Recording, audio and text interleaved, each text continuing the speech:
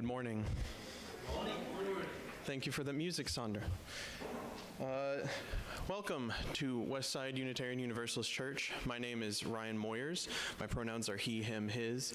It is my pleasure to be here as the worship committee member today. We have a couple announcements before Carol sounds the bowl.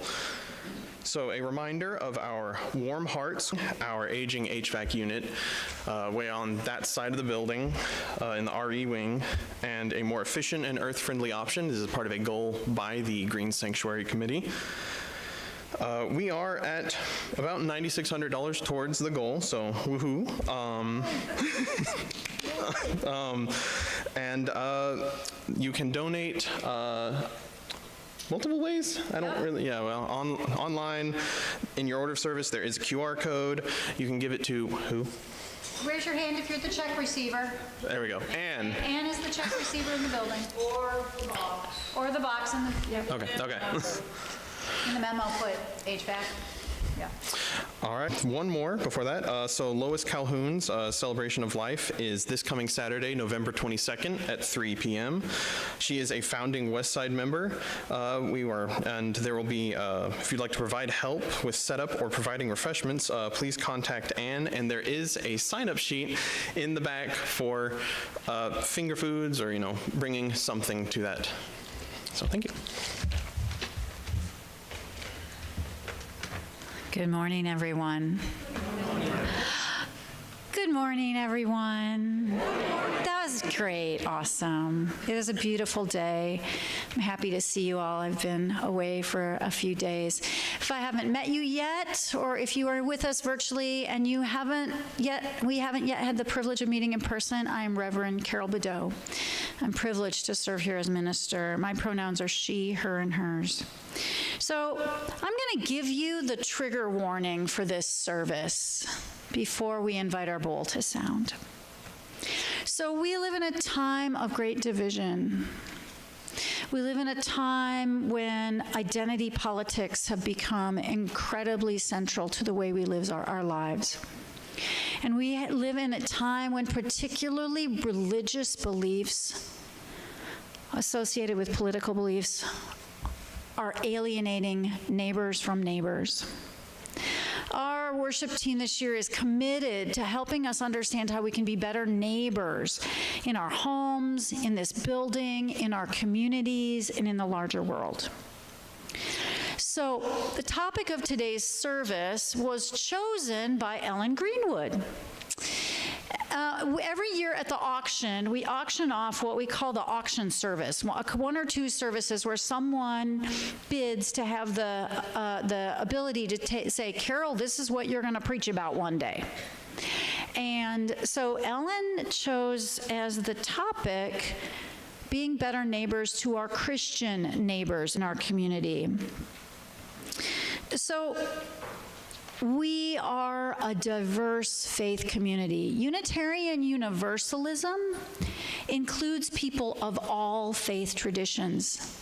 I attended seminary with other ministers who were Muslim, who were Buddhist, who were Christian, who were pagan, who were atheist, who were Taoist. I have colleagues, and we have faith leaders in our tradition of Unitarian Universalism who come from all faith traditions. As a matter of fact, one of the people who most inspired me to go to seminary was someone I heard at my home church in California who was co-ordained Baptist and Unitarian Universalist. Okay? I saw those faces some of you made, like, what? Yes. So, today we're going to be reflecting on how our biases and assumptions about other traditions, today particularly Christianity, limit our ability to connect and find common ground with those of other religious traditions. And I mean within Unitarian Universalism, right? We don't actually really know what the faith traditions are of the other people in the building a lot of times.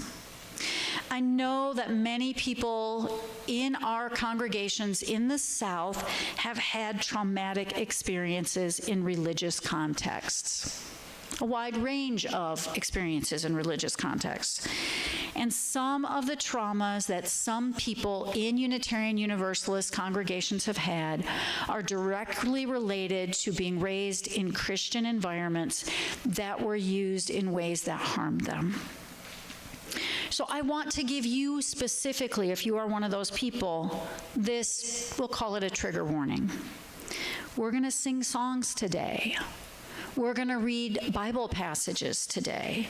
We're going to use words and phrases from that tradition that for some people are very warm and heart-centered and make us feel comfortable, and for others of us make us feel upset or anxious. But the worship team thought that as the Christmas season approaches, it's a good opportunity for us to consider how we feel about and what we assume about those people in our families, in our congregation, and in our larger UU context, and in our neighborhoods who are devoted to the Christian tradition, which is ancient and which is at the center of this coming Christmas season. So I'm going to invite the bowl to sound. And as I do that, I want to invite you to open your heart a little bit. Ask the question, what assumptions do I make? Generally about people of any other faith tradition. But specifically, what assumptions do I make about those who come from the Christian tradition? And how does that impact or limit my ability to be a good neighbor?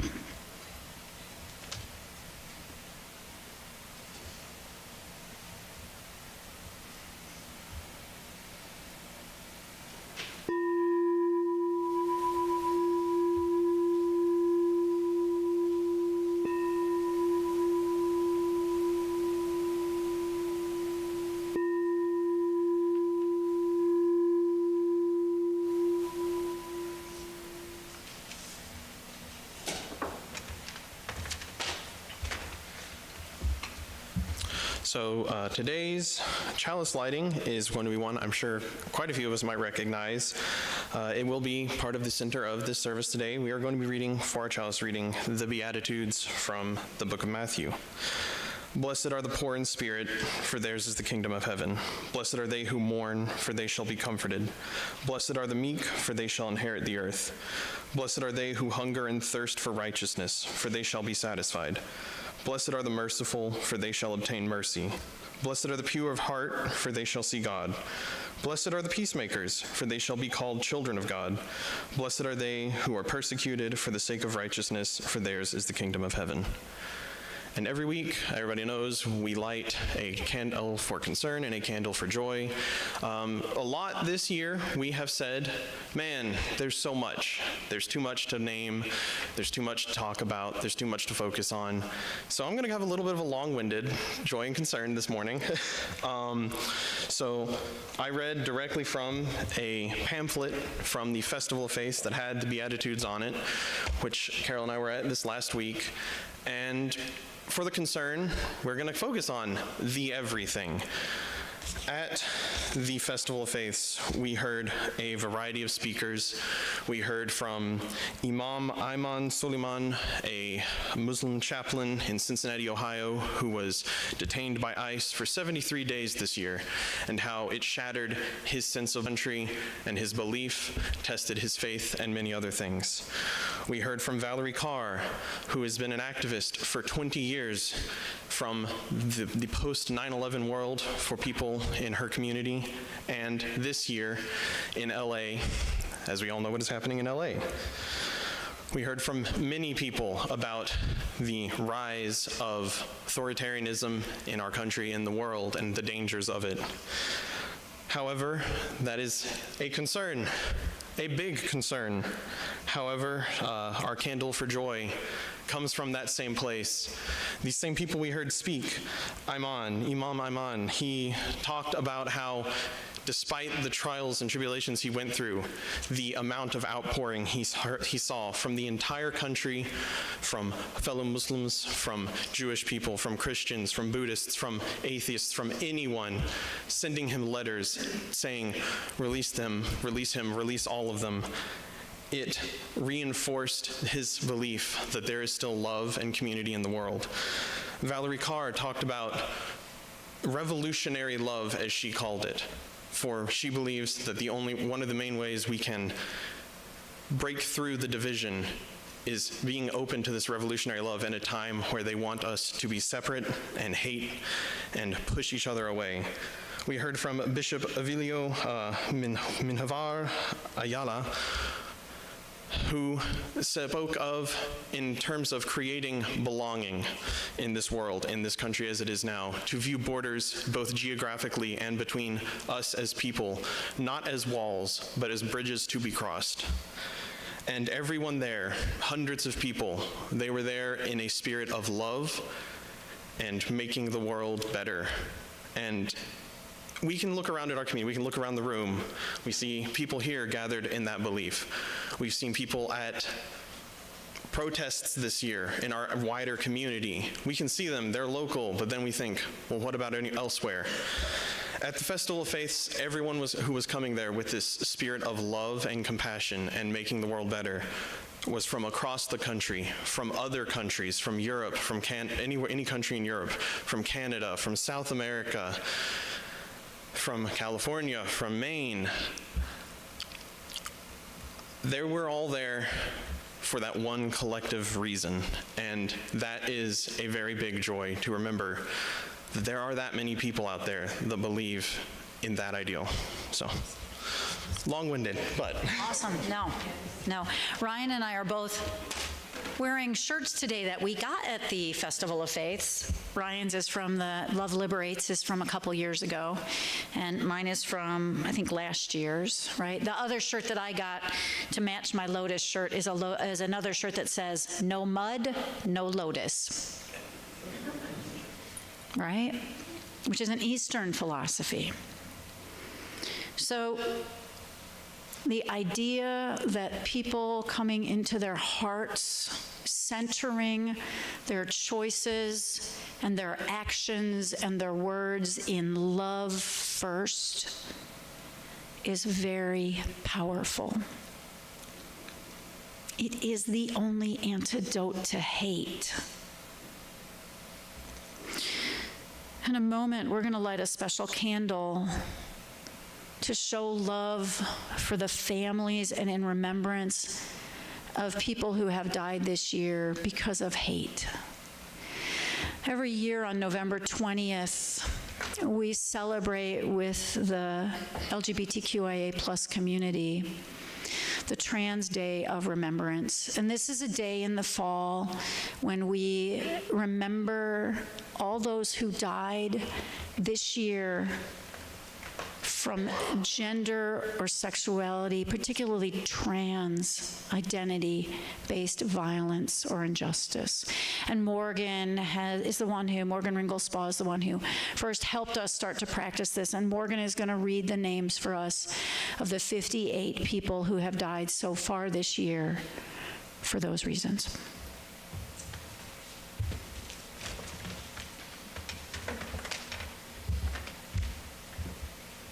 Good morning. As she said, my name's Morgan Ringelspaw. I use they, them pronouns. Tahiri Broom, Eli Stablin, Jill Heathers Bouvier, Megan Jordan Cridley, Raven Sid, Phoenix Cassetta, Rick Alistair Newman, Jay Flores, Leah Joe, Ajani Walden, Sydney Leigh Phillips, also known as Sid.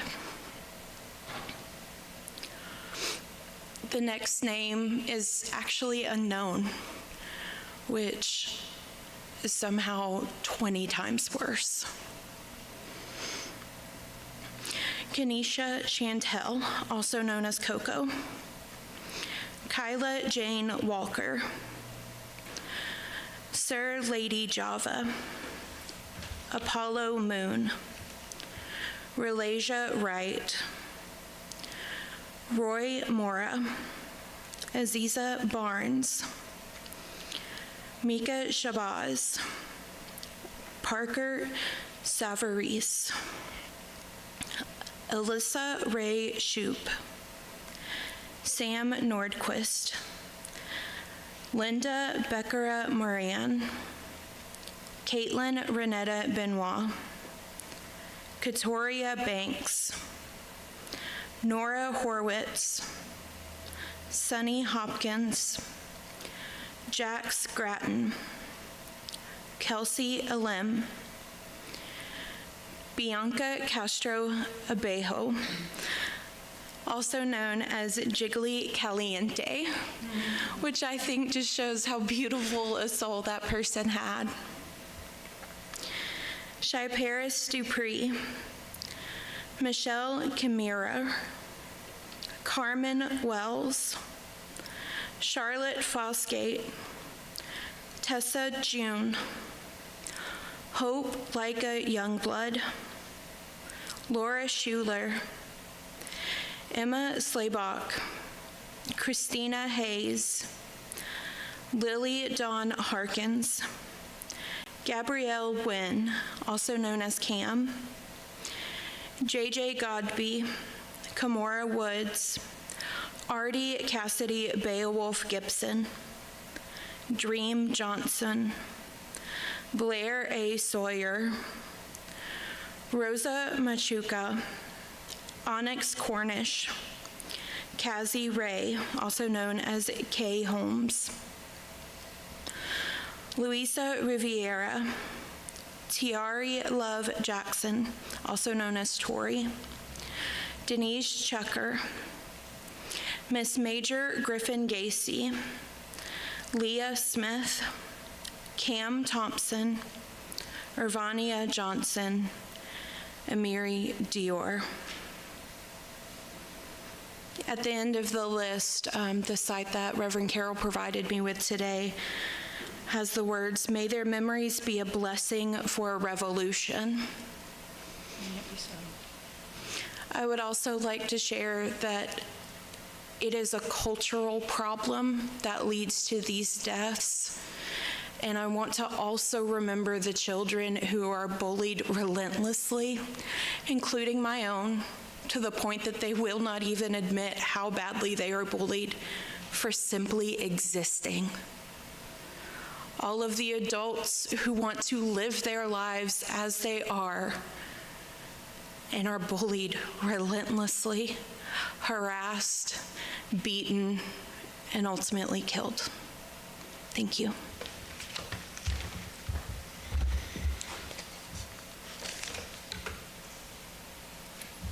You know, we spend a lot of time in Unitarian Universalism trying to figure out how to fix the problems, but we don't spend very much time just feeling the grief. But the grief is really important because it's really easy to close our hearts and just go straight to our heads. Try to figure it out because it's too painful. It's too painful. It's really painful. Speaking those names matters. I heard a report on NPR this morning where some organization had done a study so that they could statistically report that 90% of children surviving in Gaza are anxious and upset. And I said duh out loud angrily for about 5 minutes in my car, not using the word duh, but using a whole lot of really colorful language. Like, what the. Let us be people who open our hearts when it is hard to do so. Because love is the only true antidote to hate. We are going to sing a song. We are going to sing Amazing Grace. You ready, Sandra? You ready for us? Okay. Now, and the words are going to be up here. I'm going to invite you in the spirit of traditional church to rise to sing this. We're going to sing the first 3 verses of it. And this may be triggering in 1,000 ways.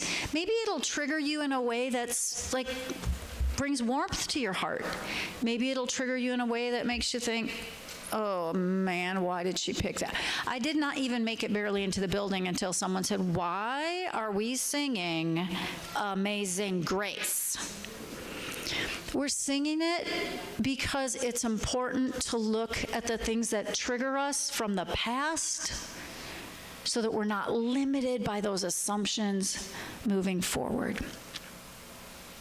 All right, Sandra, are you going to play it through, just play us an intro, or are you going to play it through? Just do an intro. We're going to do an intro. You all will know when to come in.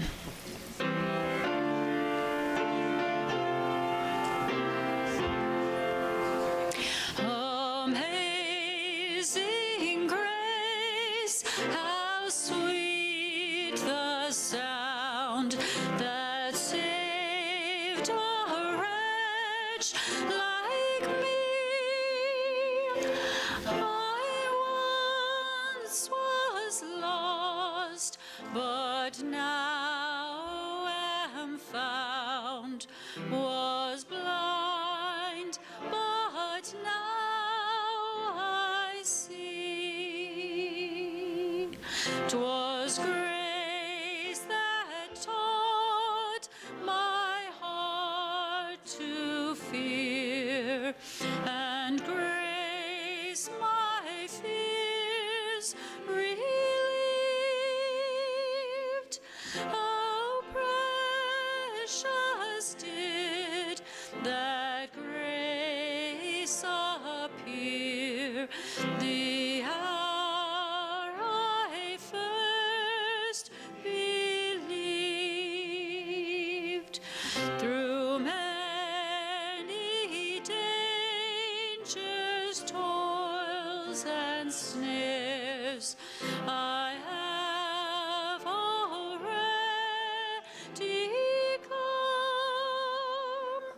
'Tis grace that brought me safe thus far, and grace will lead me home. You can see it. So I'm guessing most of us know that song, right? It's well known. Even if you were not raised Christian in the Christian tradition, you have probably heard it at a memorial service. You have probably heard it at other public events. You know, one of the things I find most interesting about this particular piece of music is how cross-cultural it is. For anyone who is familiar with the North American flute, sometimes referred to as the Native American flute, and I say the North American flute because a Native American elder, the man who brought the Native American, North American flute back into use in our time, Carlos Nakai, does not call it the Native American flute. He calls it the North American flute to say it is cross-cultural. Amazing Grace is the single song that particularly a native North American flute player will know how to play. It is a central song in those cultures. It's very it crosses cultures. But how do you feel in your body right now having heard it or sung it? Just check in with yourself. It might make you feel upset.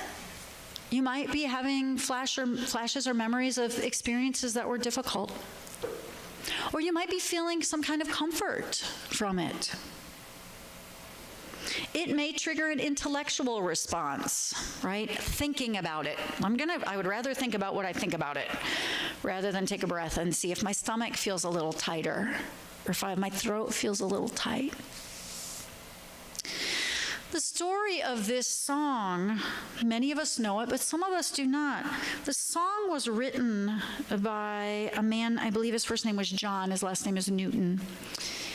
He was a slave trader. He was deeply engaged in the trafficking of human lives from Africa to North America. And at some point in his life, he had a conversion experience. His heart was opened in a spiritual setting that happened to be Christian. And he realized that what he was doing was wrong. And he stopped doing it. And he didn't just stop doing it, he became an ardent abolitionist. And he became a politician who advocated for the abolition of the slave trade. So sometimes our experiences with traditions or music or words or phrases triggers our memories, but they don't necessarily honor the whole story in depth or breadth of the traditions they come from. And what happens to us really often is we will hear a word or a phrase or see an image or think of a tradition, and we will be triggered into an emotional response. Completely valid emotional responses. Let me just be really clear. These are not invalid emotional responses. They are completely valid. That those emotional responses then shape how we speak, how we act, who we consider safe or okay to be around and who is not. There's some really important wisdom in doing that, right? Tiger eats someone in my community. I see tiger. I don't like tiger. I'm scared. I don't want to be around the tiger. That's a perfectly healthy response. So this isn't really about setting good boundaries. It's about being able to ask the question, is it a tiger just because it's orange? Like, I see the color orange. Is it a tiger? Is it a hungry tiger? Right? These kinds of triggered associations deeply impact how we relate to each other in our world. So during my first few years at Westside, relatively new to the South, right? I was new to the South, and I came from Michigan, and then I lived in California for a long time. I had never heard the phrase, "have a blessed day." Okay? And it didn't bother me. I was not at all, I was raised Catholic. Blessings, Beatitudes, good thing. Like, I didn't have any trouble with that. When people said to me in the grocery store, "have a blessed day," I said, "you too." But then I made the mistake of saying the word blessed here, from this up here. It was a problem. I pretty quickly realized people did not like me saying the word blessed. It was a trigger. A big trigger for many Westsiders. People who'd been raised in the South, who had heard many things behind that phrase that were upsetting to them. Now, I still like the word blessed. I'm still not triggered by it. As a matter of fact, Len and Cheryl Walker, bless your hearts. We had a couple conversations at Westside about this. People were like, "please stop saying the word blessed. It's a horrible word. Don't say it." And I was like, we're going to talk about this. So we talked about the word blessed. And Len and Cheryl, on a vacation shortly after that, brought me back a lovely sign that you will see in my office. It's one of those lovely little wooden with canvas on it, things that says blessed. And it sits on my office shelf all the time. So this is the way that sometimes these words are triggering, we don't know what the intent is. When you go in the grocery store, you have no idea what the psychological backstory of the person telling you that phrase is. We assume we do, but we don't actually know. So we can often be triggered by words, by images, by sounds. So there are lots of things like that. Think about it for yourself. Just think in your own mind, what are my trigger buttons? Particularly religiously. What are the things that will make you jump to conclusions or assumptions that may or may not be accurate? We don't know. To me, to be offered a blessed day pretty much means, I hope your day is filled with good surprises. That whatever happens to you today is held in some kind of container of care and goodness. I do not hear it, as many people in our tradition in the South hear it, as you better be one of the group we call blessed. I do not hear it as you better belong to my group. To me, it means, I hope you don't have to do it all by yourself. I hope you're supported in having a good day. I hope someone or something outside of you, whatever you believe in, wants to help you have a good day. And I'm really good with that. So I still always say you too when someone says have a blessed day. The idea of blessings is a core concept in the Christian tradition and in many traditions. And I think it's worth thinking about as we approach this most holy time in the Christian tradition of the Christmas season. The idea of blessing is described in lots of sacred texts across all traditions, right? The reading that Ryan did for our chalice lighting this morning, the Beatitudes, is from the book of Matthew, chapter 5, verses 3 through 12. And the word beat, the word in Hebrew, beat, the Beatitudes, means to bless. It means blessing. That passage comes from the Sermon on the Mount. And the list of blessings that is included there can be triggering for some of us because of some of the words included in it. But as Ryan and I have both mentioned, this festival of faiths is all about figuring out how to connect across differences frequently marked by language to the common heart at the center of the tradition. I said it many times while I was at the conference, and I actually said it to one of the organizers of the conference, who pulled out her phone and said, "Please say that again. I need to record you saying that."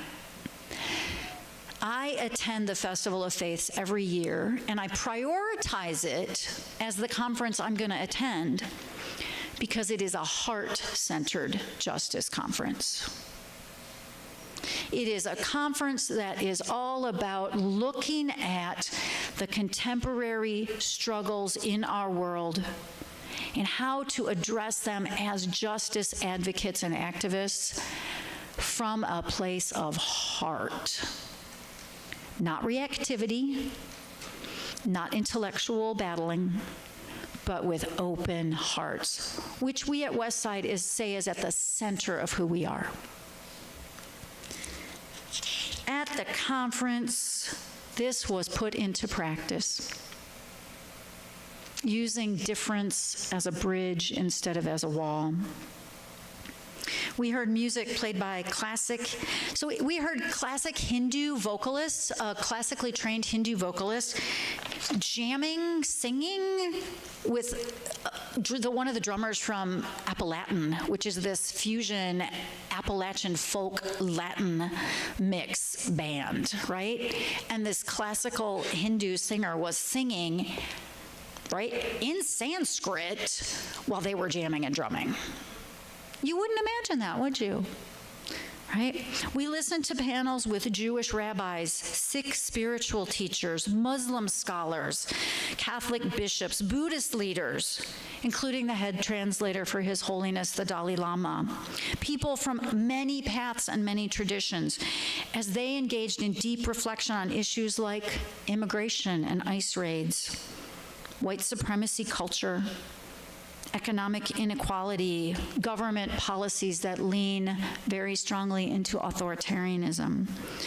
We prayed together, meditated together, discussed deeply, and listened to musicians and saw art from across all these traditions. And these things were all done with the core concept in mind that we are a family, that our differences make us richer, and that we belong together. So, how does and here's the funny thing about this. So I had written the first draft of this sermon. I had written this like 5 days before I got to Louisville for the conference. And we walked into the conference, and that little card that Ryan showed you, that thing, and I had written it with the Beatitudes at the center. If you probably don't, but if you happen to read the month of Sundays in advance or whatever, where we say this is what we're going to do any given week, I don't know why I said, I'm going to use the Beatitudes on that day in November.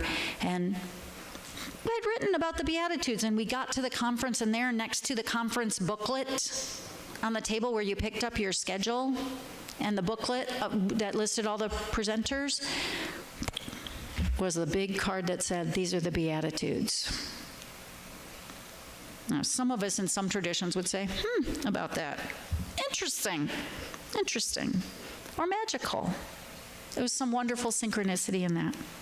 So I want to talk about the Beatitudes because they were at the center of this conference. They were at the center of what I thought about when I thought about how we understand the Christian tradition in a way that is absolutely in sync with all Unitarian Universalist values. So the translation I use when I look at language from the Christian scriptures is, and also from what we call the Jewish scriptures, what people used to call the Old Testament, I use the New Revised Standard Version, which is a very historically grounded version of that text. So again, these are from the book of Matthew, and I'm going to talk about what they mean to me, how I translate them. I'm going to read them, just going to read them. Okay? And then we'll talk about them.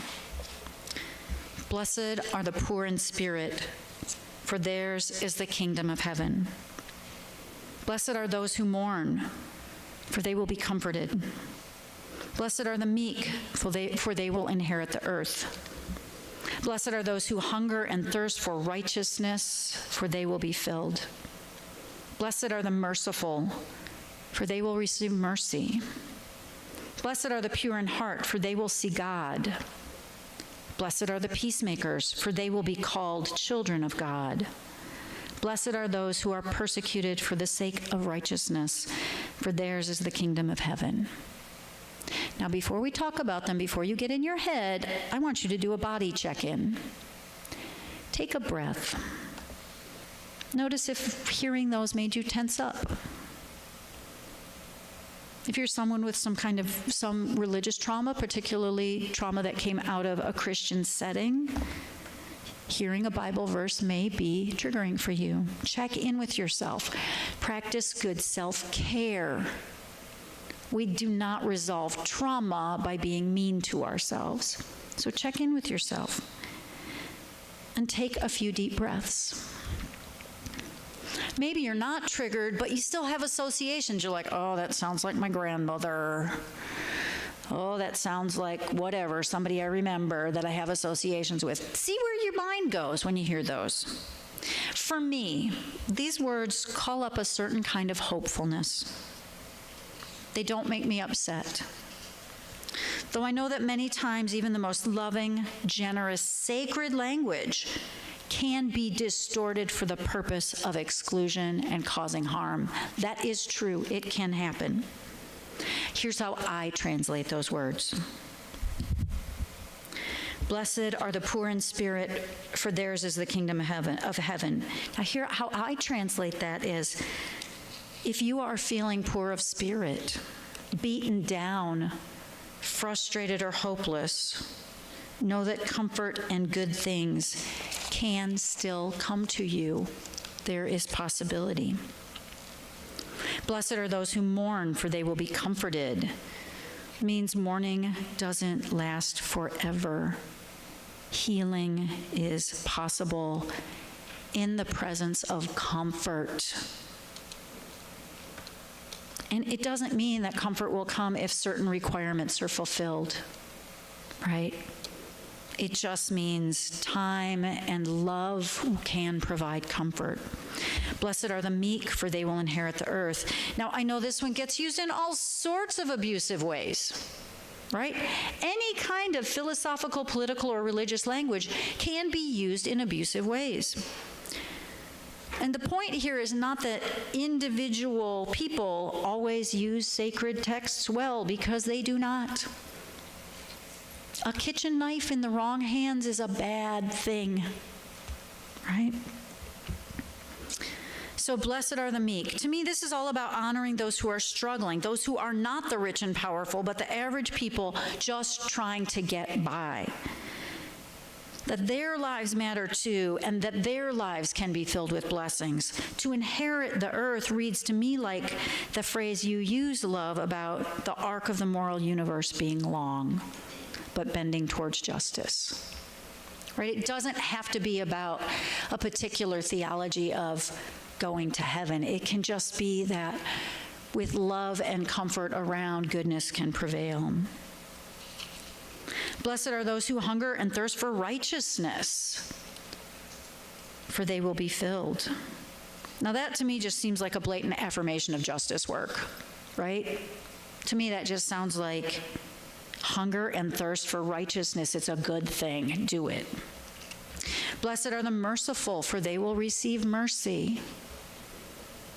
That's about that word, and there's another trigger word kind of hidden behind that, which is grace, graciousness, forgiveness, kindness. To be one who is willing to bless others, maybe even if they haven't blessed you, has a rich reward at the end of it. Blessed are the pure in heart, for they will see God. Okay, now I know this is trickier because it's got that word in it that a lot of people have a trouble with, okay? A lot of you do not believe in God with a capital G per se. But for me, it is still a meaningful message. And I am a theist, so let me be really clear. I am a theist. I am not triggered by the word God in the same way, although I would describe it profoundly differently than many other people would. But I translate this as, if you're willing to be open and authentic, to be pure of heart, you will see beyond the surface of things to a depth of truth and love and meaning and connection that is otherwise hidden in our daily lives. Blessed are the peacemakers, for they will be called children of God. Now again, with this beatitude, some of us have to translate the word God to something else, the sacred, the transcendent, that which is beyond surface struggles. But once we do that, if we're willing, we might hear this: those who are willing to be makers of peace rather than conflict, they will be known as ones who live in a way that embodies love, truth, justice. Peacemakers become the descendants of a transcendent way. And finally, blessed are those who are persecuted for the sake of righteousness, for theirs is the kingdom of heaven. Again, it gets used in a lot of really awful ways, but what's the core of it? What's the core of it? For me, this is about being willing to go to jail for immigrant rights. It's about being willing to be mocked or laughed at by those who disagree with you, and not budging on your deepest values, including love. As Ryan described, one of the most powerful speakers we heard at the Festival of Faiths was Imam Ayman Soliman, the chaplain at Cincinnati, one of the chaplains at Cincinnati's Children's Hospital. He fled Egypt. He was a political activist. I believe he was a writer and journalist in Egypt. And he had written things that the government there did not like. And he was detained in Egypt multiple times and tortured in Egypt multiple times. In 2014, he was given asylum status in the United States, where he eventually became a chaplain at the Children's Hospital and was beloved by that community. He had worked with hundreds and hundreds of families as their children struggled with life-threatening and sometimes life-ending illnesses. In June of this year, with no warning, and no reason, and no notice, his asylum status was revoked. And on a routine stop to check in with the immigration office, which he was required to do and had been doing, he was arrested and held in the prison in Butler County, Kentucky, often in solitary confinement for 72 days. He was often held in solitary confinement because he persisted in advocating for the human rights of himself and other prisoners there. In his mind, it was a sort of miracle that led to him being freed when so many others like him have not been. He said that he spent much of that time, the first few weeks he thought he would get out. But then he realized that there was a really good chance he was going to be sent back to Egypt, where he would most certainly be killed. But things happened that changed him. He decided to commit himself to his faith and to connecting to something bigger at the heart level, at the spirit level, with other people there. He told a story about a roommate who was going to be deported to Mexico. And he talked about how, in his tradition, in his Muslim tradition, there are certain times of day that you pray, and one of these is just before sunrise, at the time of sunrise. So in the cell where he was with his roommate, he tried to get up very quietly to pray, and the prayers are sort of sung. And so he got up and he prayed and he sang and tried not to wake up his non-Muslim, I believe Christian roommate. And later that day, the roommate said to him, "What was that you were singing? It reminded me of my grandmother." And he said, "Well, those are my prayers." And the roommate said, "Please wake me up. I want to pray with you every morning." And they prayed together in that way every morning before sunrise until the day when the roommate was taken away and was going to be put on a plane to Mexico. And the thing that the man who was being taken to Mexico said to the jailers when asked if there was anything else he wanted to do before he left the prison, he said, "I would like to pray one more time with my friend." And so they knelt down in the Muslim custom and they prayed one more time together. That is a powerful story. This is using difference as a bridge, not a wall. So a woman, a mother of a child who had died in Imam Solomon's care,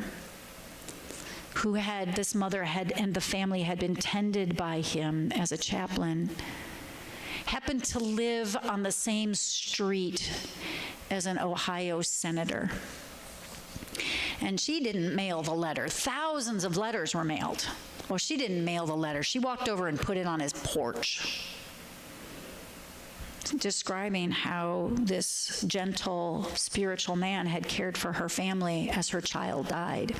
And the senator had gotten lots of letters. He stuffed it in his pocket, and he was on his way to Washington. And when he got there, he realized he had this letter in his pocket, and he pulled it out and he read it, and his heart was so touched that he decided he had to do something, and it was his actions that led to Imam Ayman Solomon being suddenly released. Those are the core values of the Beatitudes, right? If we're willing to do some very basic translating, if we can take some deep breaths and get past the triggers and do some very basic translating, we might see more difference as bridges, as opportunities, right? So the core of the Festival of Faith was called Sacred Belonging. That was this year's theme, right? It was about how do we belong? I'm going to guess that you will all agree with me that every single human being has a core need to feel that they belong. Right? The single most common thing that I hear in my pastoral care of human beings is a feeling that they don't fit in, that they somehow don't belong, that other people belong but they don't. They somehow feel different, unwanted, unwelcomed, whether that's in their family of origin or this community or their neighborhood. This feeling of alienation is a core human struggle. And the conference was about how do we cultivate for ourselves and everyone a sacred, which means beyond secular, okay? That means beyond just the mundane day-to-day struggles. Not like, do you have the qualifications to join this club? But unconditional, deep, inherent, sacred belonging. That was the point of the conference.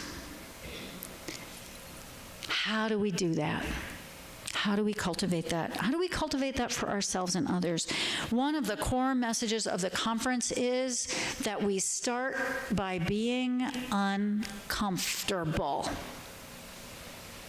Because what's the first thing we do when we feel uncomfortable? We push away the thing that makes us uncomfortable. Right? You're uncomfortable. You're like, I don't like that. I'm going to go somewhere else. Further alienating and isolating ourselves.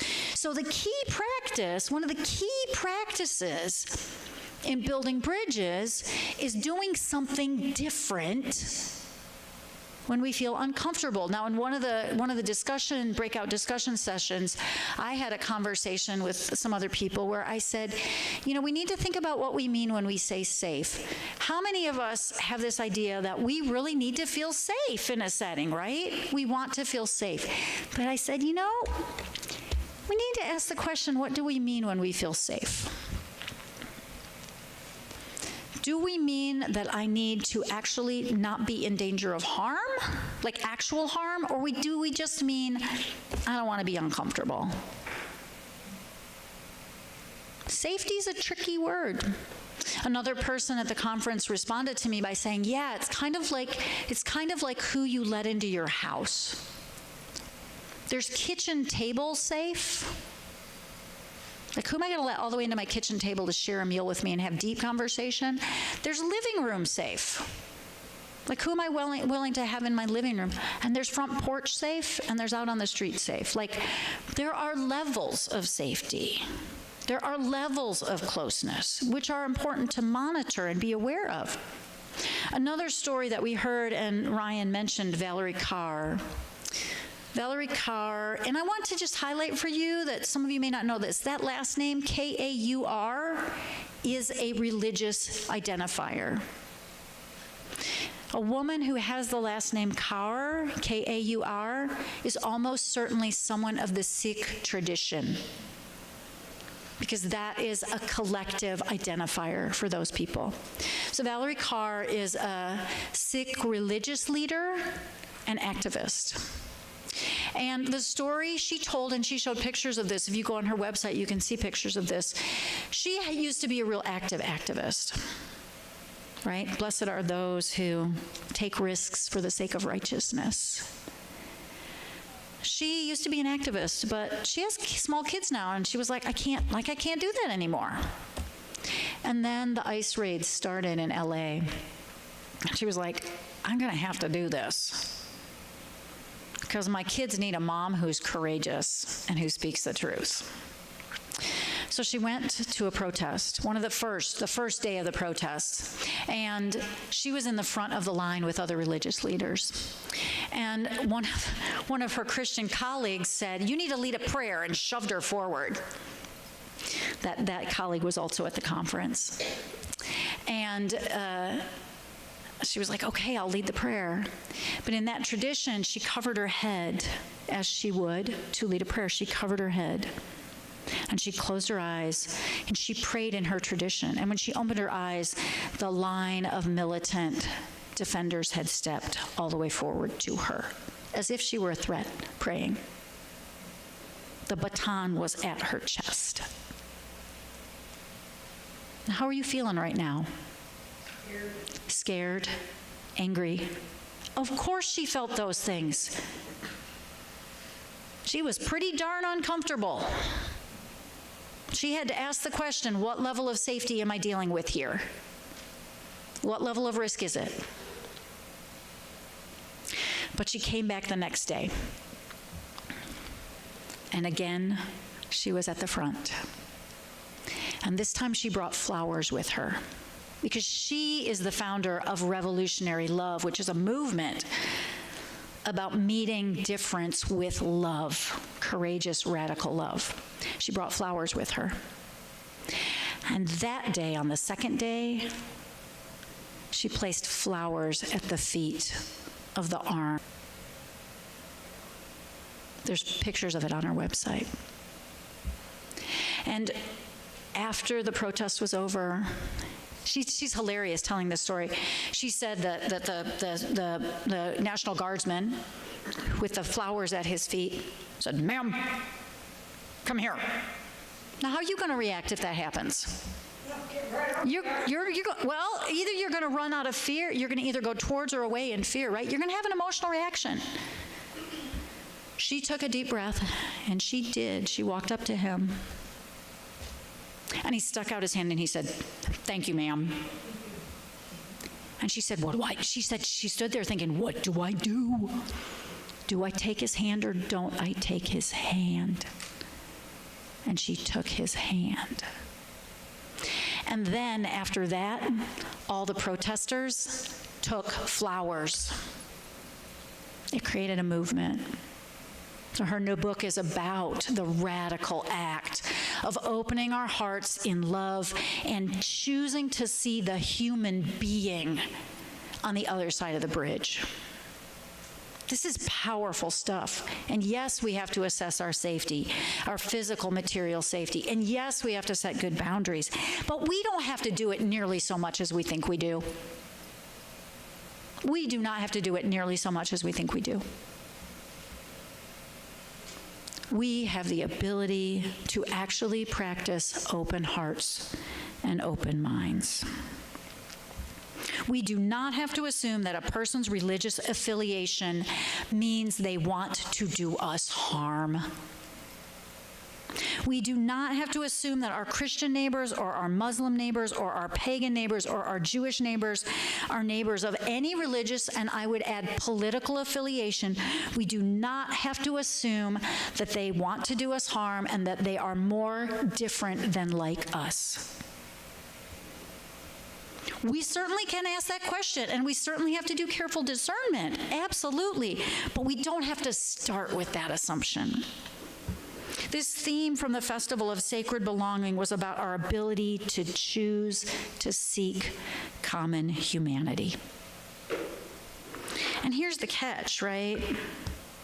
That doesn't have to be on the front lines of a protest. You don't have to have a National Guardsman threatening you to do that, right?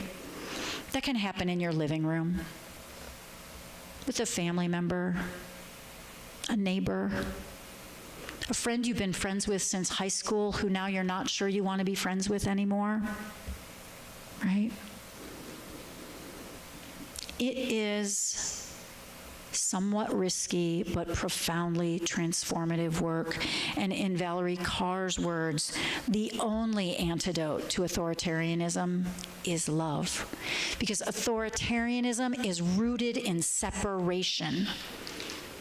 Every authoritarian movement first requires that people be isolated and separated from each other so they believe the lies that are being told to them. And you can't know the truth of somebody else's beliefs or tradition or heart unless you're willing to talk to them. This is a core challenge for our times. If we didn't do anything else here for the next 5 years at Westside, that would be the single most important thing we could do, is cultivate the ability to be truly open in our hearts, Not because it's mushy, not because it's squishy, not because it's nice, but because it is a radical and profound revolutionary act of transforming love. May it be so. I hope we can do that. Justice and generosity is something we do here, right? Opening our hearts.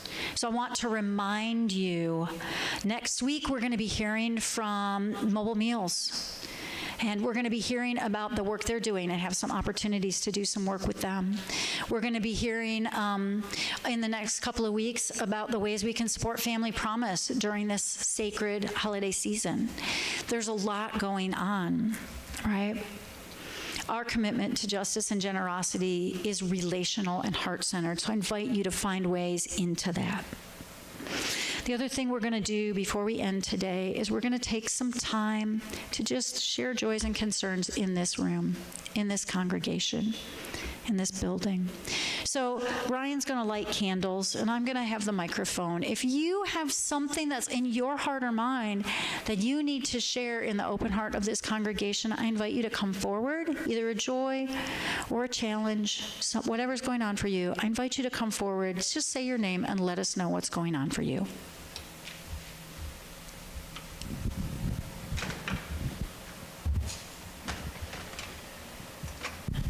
Here, Judy, I'll bring it to you. I'm Judy Winchester, and I have joy in my heart. Something's going to happen that's never happened before that I'm looking forward to. Normally, sometime in the fall, I take the drive north and visit my daughter near Philadelphia and my daughter near Rochester, and I drive myself back home again. This year they're coming here. Yeah, the first week of December, the two of them are going to come to Knoxville and visit me here.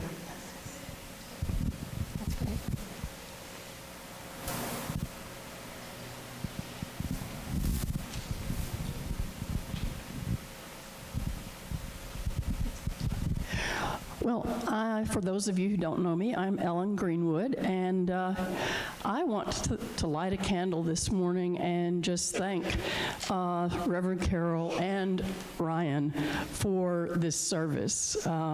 It was a lot of what I was hoping for and maybe even more. Those of you who know me probably know that my father was a Southern Baptist minister, and I grew up in that culture and took it all in until one day when I was around 21 or so, I couldn't anymore. And when I first came to Westside 30 years ago now, I was, one of you who couldn't stand to hear anything that related to the Christian tradition that I grew up in. And I valued at that time, and I still value so much, feeling comfortable and safe at Westside, saying things like, well, I don't believe in the virgin birth, and I don't believe that Christ was the Son of God. I'm kind of iffy on the God thing, and it's still okay. People don't jump on me, and this is still one of the few places that I am in this part of the country where I can do that safely and without being corrected or lectured or, as they would call it, witnessed to. But as I've gotten older too, I guess, I've mellowed somewhat. And also it's become very important to me to honor what I did grow up with and to honor the goodness in my parents. Because they were basically good people, and to especially, understand the goodness in the theology that my father espoused, and it's sometimes hard to do that, especially with all of the the rhetoric that we hear in some places, many places these days. So this was very valuable to me. Thank you. Thank you, Ryan, too.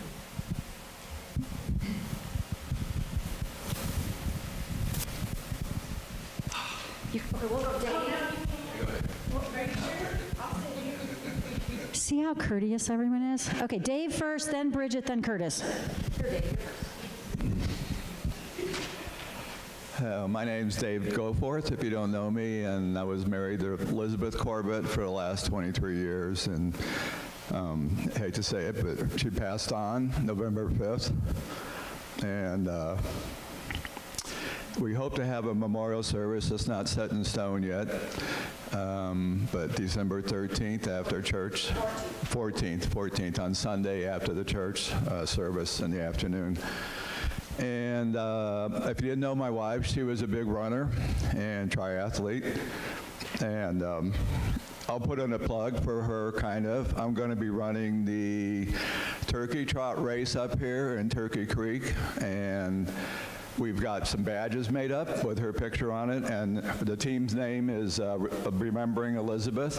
And if you wanted to sign up for that race, you don't necessarily have to run it. I'm doing the 5K, but you can walk it, and or you could do the virtual race and just be part of our team. So, thank you. Yeah, what is the date of the race? Well, I just gave you a clue. It's on Turkey Day, Thanksgiving morning.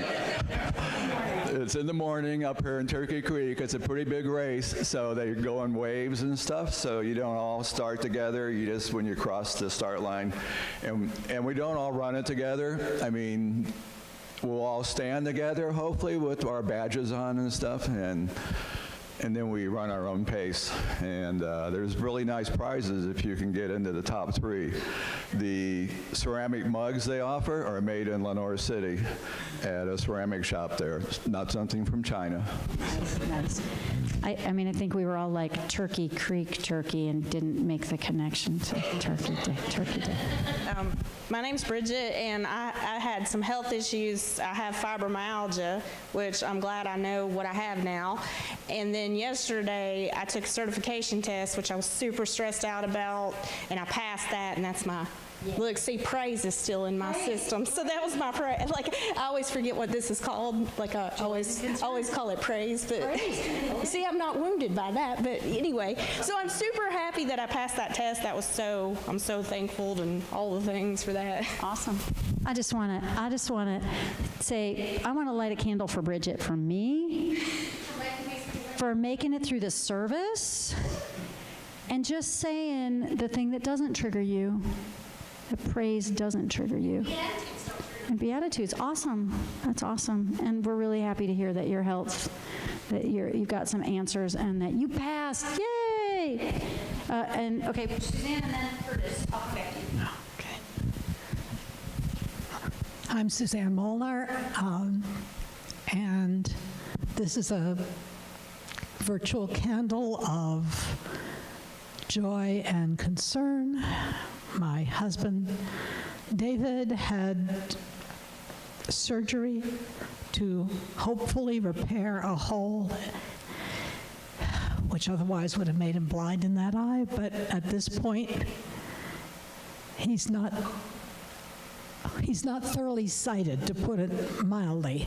It's supposed to take weeks, but it's being really hard because he's getting one message, his brain gets one message from one eye, and the other is going, okay, I see some stuff there you want to pay attention to. No, you don't. So it's hard. It's being hard. And it's taken a lot of patience and take more patience. We're all thinking about you guys. I'm coming back to Curtis back here.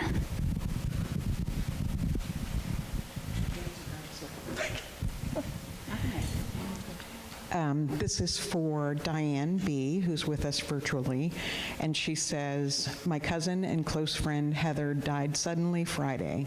She was trying to get into rehab for alcohol, but her health failed her, and I will miss her every day.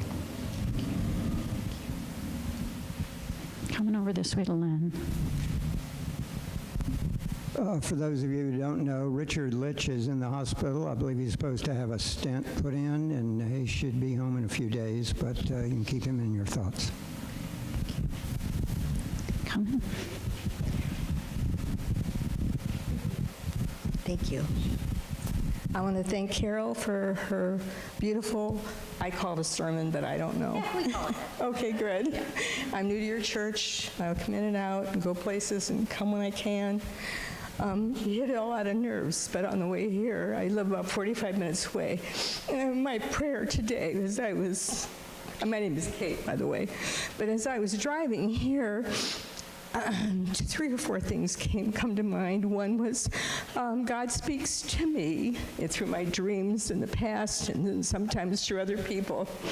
And so this morning, one of those ongoing themes in my brain that I only recently, maybe 2 weeks ago, with a dear friend that I've known for 20 years, I don't belong. I just don't belong anywhere. I don't fit in. But I do. I know that. It's just a goofy thing in my brain. I definitely belong. So don't come to me and tell me I belong, because I know. As far as religion goes, my sister is 12 years younger, and I kind of half raised her in a very abusive environment. And she said to me last week, she lives in Colorado, I remember when you were religious and you prayed with me every night. She'd crawl in my bed. She was like 4, and I'd pray with her. And I said, well, yeah, you're right, I'm not religious, but I still pray. And I pray a lot.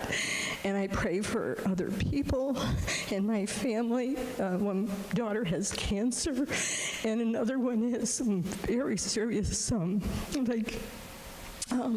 what do you call them? Besides fibromyalgia, autoimmune diseases that are pretty serious.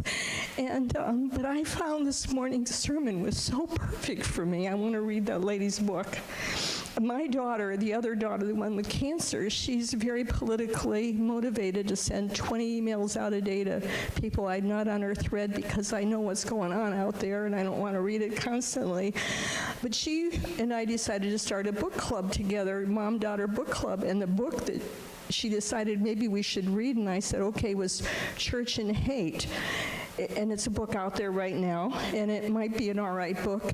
But I kind of like this, who that lady's, I think I need love, not hate, in my theme for a book club. And I'm sorry to take up so much time, but I had a lot to say, and thank you very much.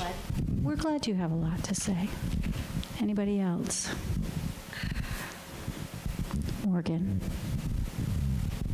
Hello, I'm going to come up here, that way we can all see. Sorry, you have to turn it, Brad. So my name's Morgan. Some of you who have been here a while may remember a couple of years ago my grandfather died, and I did not handle it very well, but I kept thinking the only thing that got me through it was he was with Nana. And yesterday I did my first super woo-woo thing, and I went for a past life regression. And I don't remember much of it, except I remember at one point my Nana came to me and said, hey, I'm here, I'm with Papa, we're all good. And there was something just very, very reassuring about that. And I kept thinking, I have to call my mom, I have to call my mom. And so I called my mom and I said, Mom, she is, I've talked about her before, she wanted me to say she is not Southern Baptist anymore, but she's definitely Baptist, and it's fine, guys, we can translate for her. Which just kind of goes along with the service and our translations of things. And I said, Mama, I know you don't believe in it, but I did this past life regression thing, and I'm sorry that you think it's witchcraft, and the important thing is I saw Nana. And she said, you did? And I said, yeah, Mama, I saw Nana. And she said that she's with Papa and everything's great. And she started crying, and she said, I'm really glad you saw Nana. Thank you for telling me. And last night I had a dream that Dolly Parton was my aunt, and that's really weird. I always say that Dolly Parton is one of the few people who cannot die. She is not allowed to. I don't know if she knows that or not, but and she had us plan her funeral. And during the service today, I just kept thinking, we really need to watch for Mimi. She is my grandmother who is not allowed to die. She has dementia that is fading fast. She asked me if I met her baby brother Jack as she pointed to her son Michael. And I said, yeah, I've met them both. And I'm just very worried we're not going to make it to the end of the year. And so that's our giant concern. As we also, I guess, will share a joy to be happy too. I'm coming up on my graduation date of December 13th to finally graduate after 5 years of working on my bachelor's degree. So we haven't made it yet, but I'll let you guys know if I actually graduate or not. But that's all. Thanks, guys. So this is really at the center of community, right? Sharing our hearts, what's really going on for us. We're out of candles, but I'm gonna name a couple other things that I just want us to keep in our hearts. Alice Frost Deering was in the hospital the last few days with some unexplained symptoms. She is moving into rehab and seems to be doing well. And just take a moment for whatever hasn't been named. And Darla, yes, Darla had her surgery. Those of you who know Darla, she's one of our virtual people mostly now. She had a surgery and is moving into rehab. I think they're still trying to figure out where the best place for her. She figured it was called Knoxville Rehabilitation Hospital. Rehab hospital. Knoxville is down off. Okay, so if you want more info about any of those folks, let us know.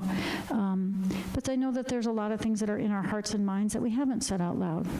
So let's just all take a couple deep breaths.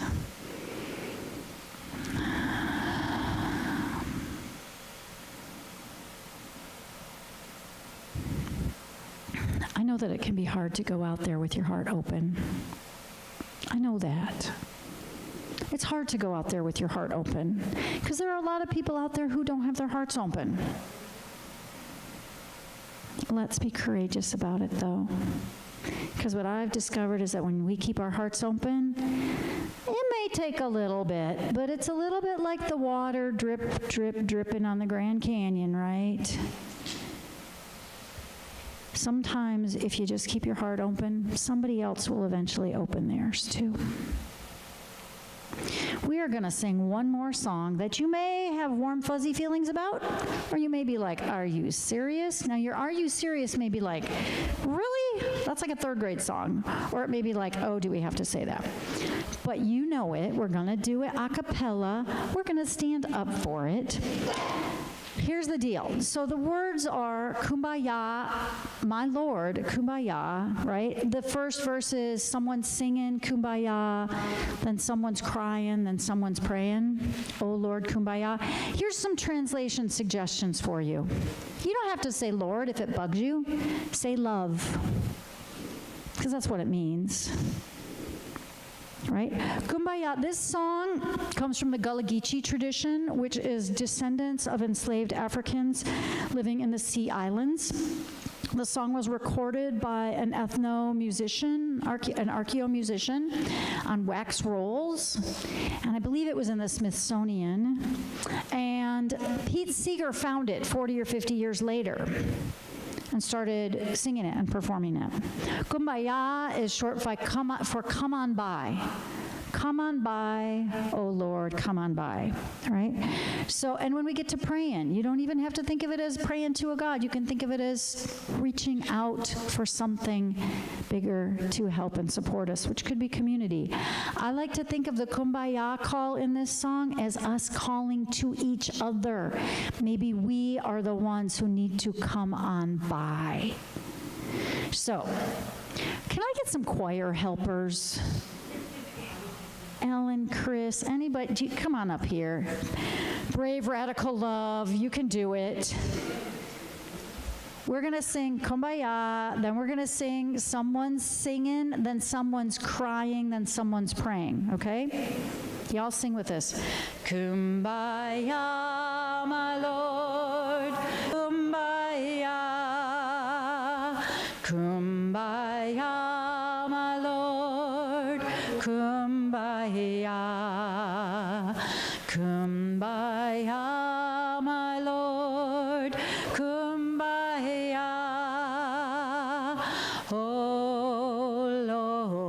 Lord, kumbaya. Someone's singing. Someone's singing, Lord, kumbaya. Someone's singing, Lord, kumbaya. Someone's singing, Lord, kumbaya. Oh, Lord, kumbaya. Someone's crying. Someone's crying, Lord, kumbaya. Someone's crying, Lord, kumbaya. Someone's crying, Lord, kumbaya. Oh, Lord, kumbaya. Go ahead, join hands. Someone's praying. Someone's praying, Lord, kumbaya. Someone's praying, Lord, kumbaya. Someone's praying, Lord, kumbaya. Oh, Lord, kumbaya. Look around at the people who are in this room. We don't all think alike. I hate to break it to you. People often say, well, I go to UU church because I want to go to people who are of like mind. And I'm like, you haven't talked to your neighbors. Because we don't all think alike. We think some things alike. But here's what we do all have in common across religious traditions. Those of us who are theists and those of us who are atheists. Those of us who are Christians and pagans. Those of us who have philosophical leanings and those of us who have ritualistic spiritual leanings. We all want to belong in a sacred way, and we all have a commitment to the value that each being on this planet deserves to belong in a sacred way. Let's go into the world in the spirit of love and commitment to that value. You are smart people. I know you can translate.